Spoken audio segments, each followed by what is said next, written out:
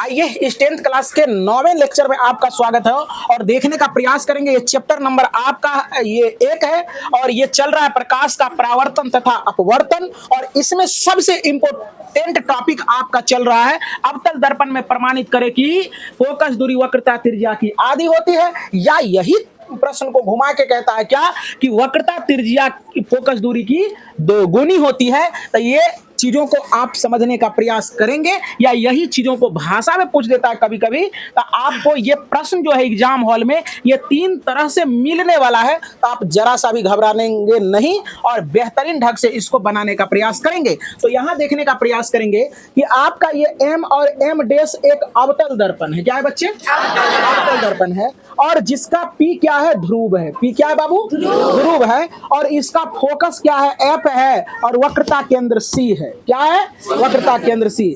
और P से F तक की दूरी को फोकस दूरी कहते हैं, और P से C तक की दूरी को वक्रता त्रिज्या कहते हैं। कोई दिक्कत?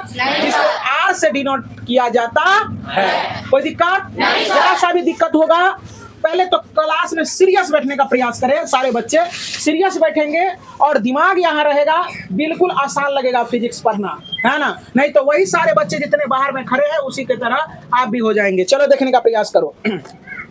तो इतना समझ में आ गया। वही चीजों जिसमें प्रकाश की किरणें, ये क्या है आपका ए भी, ये प्रकाश की किरणें है जो कि क्या हो रहा है मुख्य अक्ष के समानांतर आपतित होती है, और दर्पण से टकराने के बाद, ये तो रूल में पढ़ा दिए थे आपको कि मुख्य अक्ष के समानांतर जब कोई भी प्रकाश की किरणें आपतित होगी तो दर्पण से टकराने के बाद फोकस से होकर गुजरेगी।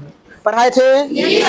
Is that clear? देखो अब देखने का प्रयास करेंगे। जब मुख्य फोकस से ये जाएगी तो चलो देखो, ये है तुम्हारा अभिलंब। तो ये परावर्तन का नियम हम लोग जानते हैं, आपतन कोण परावर्तन कोण के बराबर होते हैं। तो यहाँ भी एंगल बन जाएगा और यहाँ भी एंगल बनेगा। अब चलते हैं इस चीजों को समझने का करते हैं प्रयास बेहद आसान तरीके से, और टकटकी लगा के देखने का प्रयास करेंगे। और जो भी बच्चे इधर उधर कर रहे हैं, जरा सा भी नजर हटेगा तो फिर हम तुम्हारे पास पहुंच जाएंगे बिल्कुल बगैर देर किए हुए। चलो देखो, तो यहां आप क्या करेंगे, मान लेंगे, माना एक अवतल दर्पण, यहां लिख सकते हैं अवतल दर्पण M डैश है, ऐसा भी लिख सकते हैं, या अवतल दर्पण है। कहता है जिसका ध्रुव P, ध्रुव क्या है? P है, और फोकस बिंदु क्या है? F, वक्रता केंद्र C, और फोकस दूरी F है ना, और वक्रता त्रिज्या क्या है? R है, जिसमें ए भी प्रकाश की किरणें आपतित होती है, और दर्पण से परावर्तन के बाद फोकस से होकर गुजरती है। तो प्रकाश का ये परावर्तन के नियम से, प्रकाश के तो परावर्तन के नियम कोई बच्चे नहीं लिखेंगे, अभी लिखेंगे तो फिर दिक्कत आ जाएगी, है ना? परावर्तन के नियम से, तो परावर्तन के नियम से क्या होगा बच्चे, देखने का प्रयास करें। तो कोण I बराबर कोण R होगा ना? तो I को देखो, ये I है ना, तो I को हम कोण को कैसे लिखेंगे? ABC, क्योंकि हम जानते हैं कि जिस कोण को लिखना है वो बीच में जाना चाहिए। तो इसको कैसे लिख सकते हैं? कोण ABC बराबर एंगल, देखो जरा सा, अब हमें ई कोण को लिखना है, तो CBF। क्या बच्चे?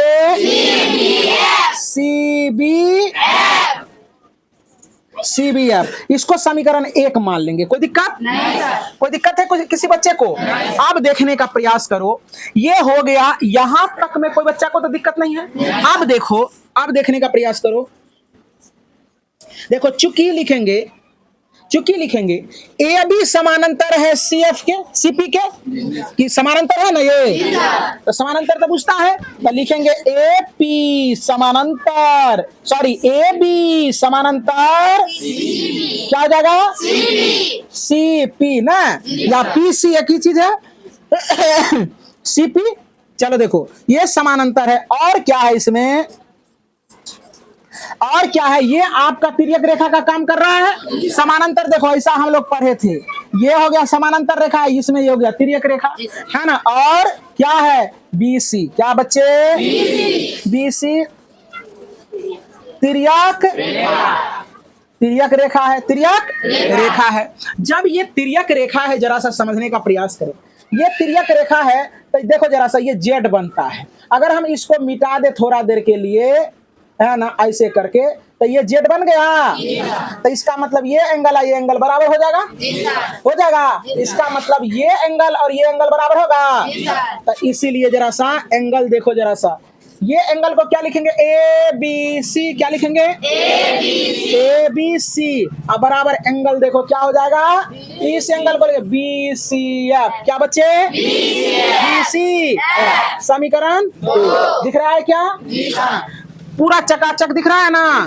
अब देखो लिखेंगे क्या, समीकरण 1 तथा 2 से। समीकरण यहां आने का कृपा करें।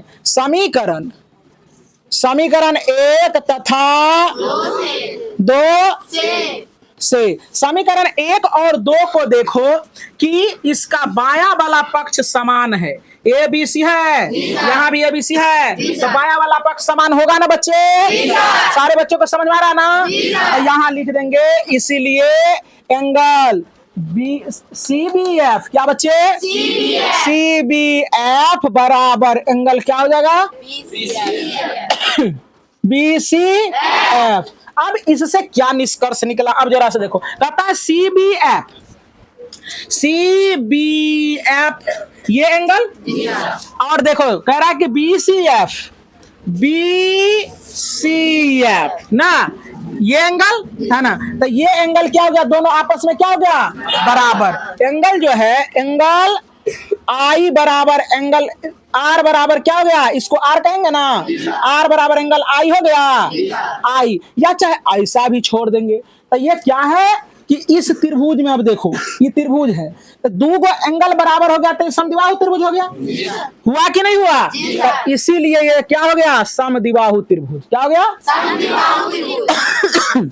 तो अब समद्विबाहु, अब देखो समद्विबाहु त्रिभुज देखो, क्योंकि ये एंगल बराबर है, तो इसके सामने का भुजा ये होगा और इसके सामने का भुजा ये बराबर हो जाएगा बच्चे। तो इसको क्या लिखेंगे जरा देखो, यहां लिखेंगे सी एफ। क्या लिखेंगे, सी एफ बराबर बी एफ। लिखेगा, लिखेंगे बी एफ, कोई दिक्कत।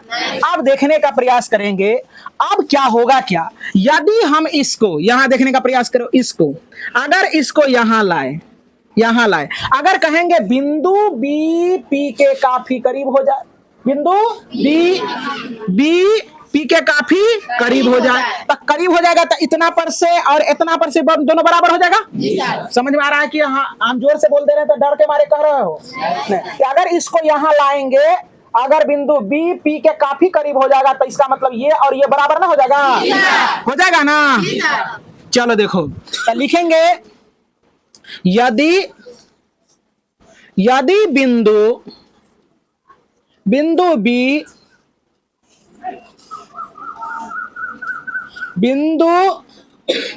पी के काफी करीब हो तो अब देखो तो बच्चे, जब ये काफी करीब हो जाएगा, ये करीब हो जाएगा, तो इसका मतलब ये डिस्टेंस के बराबर हो जाएगा ना, हो जाएगा। तो लिखेंगे क्या कि पी एफ बराबर बी एफ हो जाएगा ना। अब देखो जरा सा, ये दोनों, तो अब ये दोनों और ये दोनों बराबर है ना, ये दोनों क्या है, बराबर हो जाएगा। तो ये दोनों बायां पक्ष बराबर है, तो दायां पक्ष बराबर हो जाएगा। तो इसीलिए क्या हो जाएगा, सी एफ, इसीलिए क्या हो जाएगा, सी एफ बराबर पी एफ हो जाएगा बच्चे। होगा कि नहीं होगा, हाँ लिखेंगे। अब देखो, अब क्या कहते हैं, देखो जरा सा, अब देख रहे हैं कि पी सी पी बराबर या पी सी बराबर, क्या सी पी या पी सी बराबर। अब ये पी और सी में दो गो टुकड़ा है ना, एक टुकड़ा ये, एक टुकड़ा ये, तो दोनों टुकड़ा को लिख सकते हैं। तो यहाँ हो जाएगा C F plus P F होगा ना बच्चे, पी एफ हो जाएगा। अब देखो, तो इसको हम क्या करेंगे, पीसी, क्या बच्चे, पीसी को एजेटिव छोड़ देंगे, पीसी को एजेटी। अब देखो यहाँ छोड़ना किसको है और पकड़ना किसको है, मेन चीज यहाँ ये है। इसको आप पीसी को क्यों छोड़े थे, क्योंकि पीसी को आर लिख सकते हैं। अब देखो हमको पीएफ को छोड़ना है क्योंकि इसको एफ से लिख सकते हैं, ना लिख सकते हैं। इसका मतलब है इसके जगह पर हम इसको लिख सकते हैं क्योंकि ये बराबर ये है ना रे।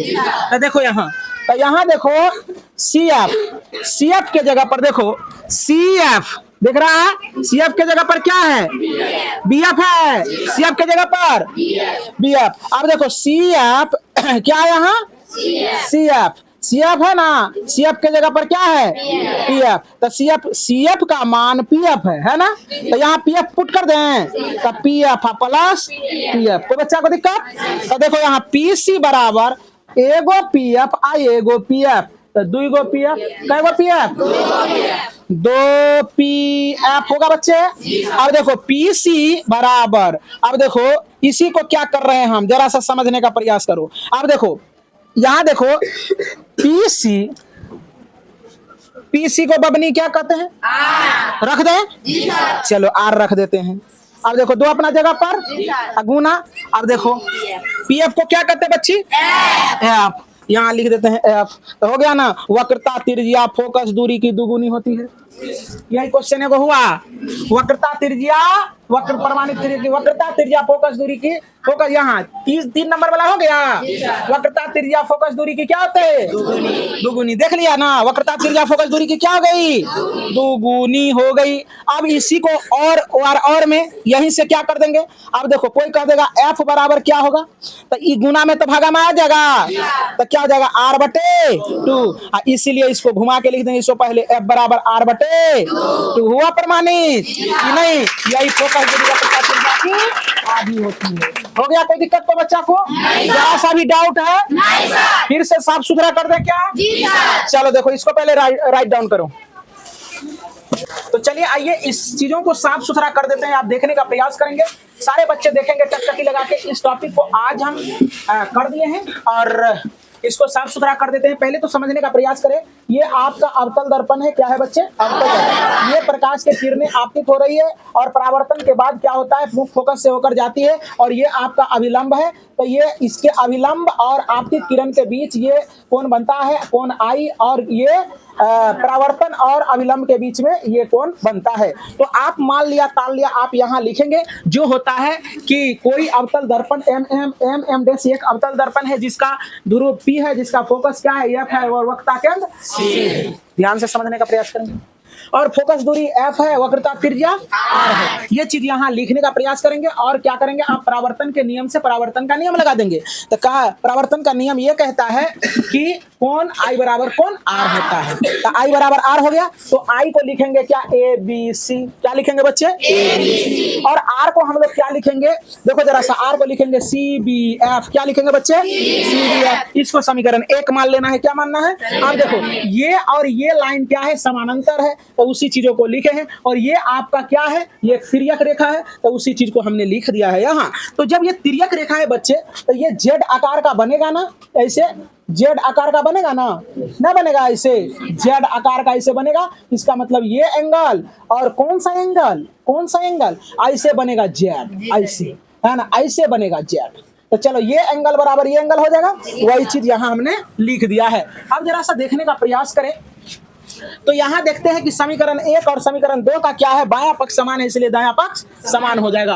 तो एंगल आपका आ गया सी बी एफ। क्या आ गया, सी बी एफ। देखो जरा सा, सी बी एफ यानी कहने का मतलब ये एंगल बराबर आपका हो गया सी वाला ये एंगल। तो इसका मतलब है कि दो एंगल बराबर है तो समद्विबाहु त्रिभुज होगा। इसके सामने का कोण ये, सामने का भुजा ये, और इसके सामने का भुजा ये, दोनों क्या हो जाएंगे, बराबर हो जाएंगे। तो वही चीज को यहाँ दर्शाया गया है। इसके बाद अब देखने का प्रयास करेंगे, अगर ये बिंदु यहाँ आ जाए, इसके काफी करीब हो, तो ये यहाँ से और यहाँ तक का डिस्टेंस क्या हो जाएगा, बराबर हो जाएगा। तो वही चीज को यहाँ दर्शाया गया है। यहाँ देखने का प्रयास करें, अब जरा सा देखो, अधिक कह दें कि ये पीसी बराबर, तो इसमें दो खंड है, एक ये और एक ये है ना, तो ये दोनों खंड को जोड़ देंगे। अब देखो जरा सा, हमने पीसी को जस का तस छोड़ा है और यहां से हम लोग क्या किए हैं कि पीएफ का मान रखने का प्रयास किए हैं। तो पीएफ का मान क्या है, सीएफ, तो सीएफ रख दिया। सीएफ यहां देखो पीएफ पीएफ, तो दो को पीएफ हो गया, यहाँ सीएफ को हटा के तो दो पीएफ हो गया, तो दो पीएफ हो गया यहाँ, और यहाँ इसका पीसी को कहते हैं हम लोग आर और पीएफ को कहते हैं एफ, तो आर बराबर 2एफ हो गया। तो यहाँ से हमें एक फार्मूला सिद्ध हो जाता है, और इसी को क्या करते हैं, ये गुना में है तो यहाँ भाग में आ जाएगा, तो बराबर r/2 सिद्ध हो जाता है। तो एवं प्रकार से समझ में आया होगा।